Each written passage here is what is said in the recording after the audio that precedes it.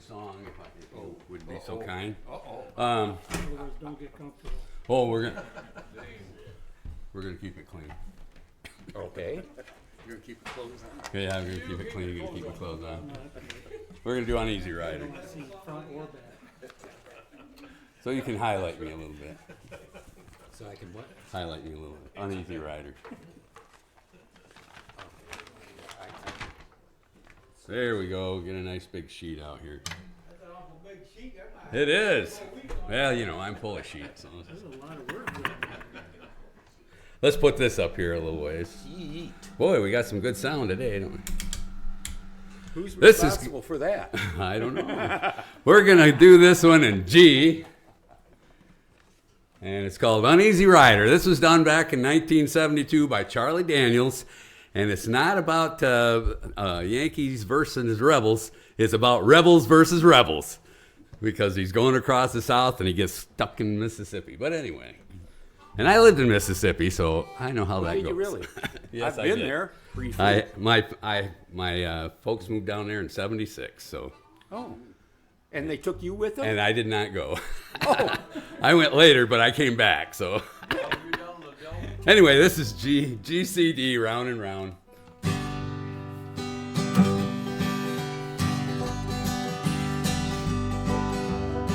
Well, I was taking a trip out to L.A., tooling along in my Chevrolet, looking out the window and grooving on the radio.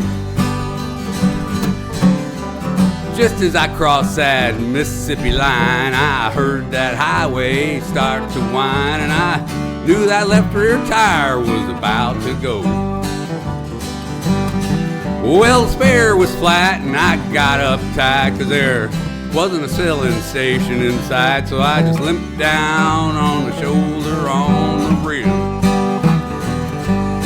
I went as far as I could when I stopped the car. It was right in front of this little bar, kind of a redneck looking place called the Dewdrop Inn. Well, I stuffed my hair up under my hat and I went in. Whoops, sorry about that. Keep going. Let's start on the G. There we go. Well, I stuffed my hair up under my hat and I told the bartender that I had a flat and would he be kind enough to give me change for a one. Well, there was one thing I was sure proud to see. There wasn't a soul in the shade place except for me and him and me, and we just looked disgusted and pointed towards the fellow. I'm having a hard time with this one today.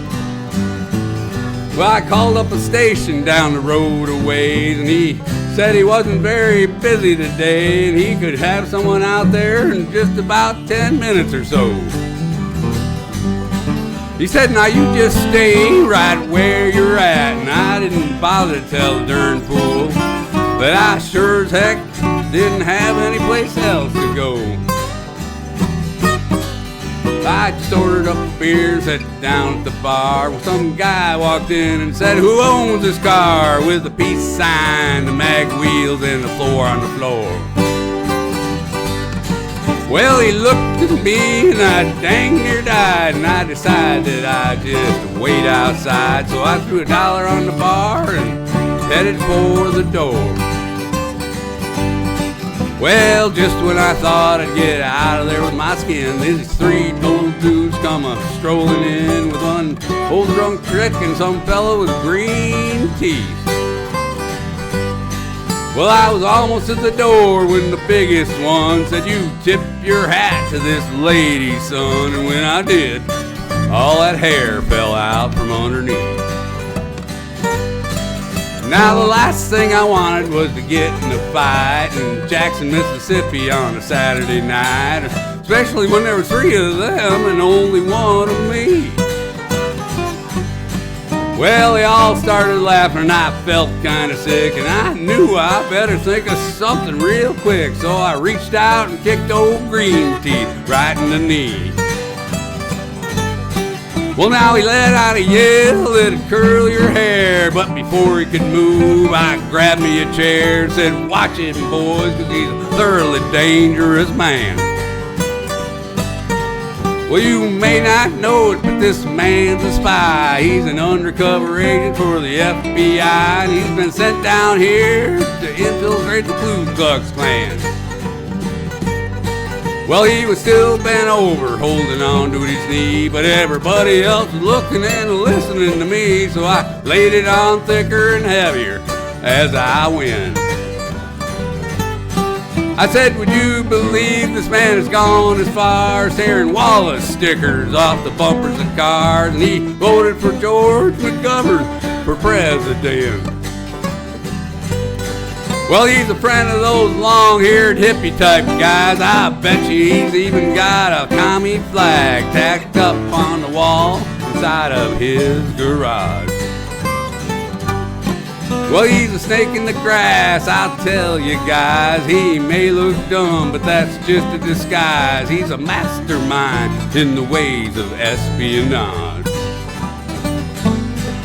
Well, they all started looking real suspicious at him, and he jumped up and said, now wait a minute, Jim, you know he's lying. I've been living here all of my life. I'm a faithful follower of Brother John Birch, and I belong to the Antioch Baptist Church, and I ain't got a garage. You can call home and ask my wife. Well, then he started saying something about the way I was dressed, but I didn't wait around to hear the rest. I was too busy moving and hoping I didn't move lower on luck. And when I hit the ground, I was making tracks, and they were just taking my car down off the jacks. So I threw the man a 20 and jumped in and fired that mother up. Well, old Mario Andretti would have sure been proud of the way I was moving when I passed that crowd coming out the door and headed for me at a trot. And I guess I should have gone ahead and run, but somehow I just couldn't resist the fun of chasing them all just once around the parking lot. Well, I headed for the car and I hit the gas, and I spun around and headed them off at the pass. I was slinging gravel and putting a ton of dust in the air. And when I hit the road, I was really wheeling, had gravel flying and rubber squealing, and I didn't slow down until I was almost to Arkansas. Well, I think I'm gonna reroute my trip. I wonder if anybody think I flipped if I went to LA via Omaha. Thank you, thank you, thank you. Thank you, everybody, for the help. Thanks, Don.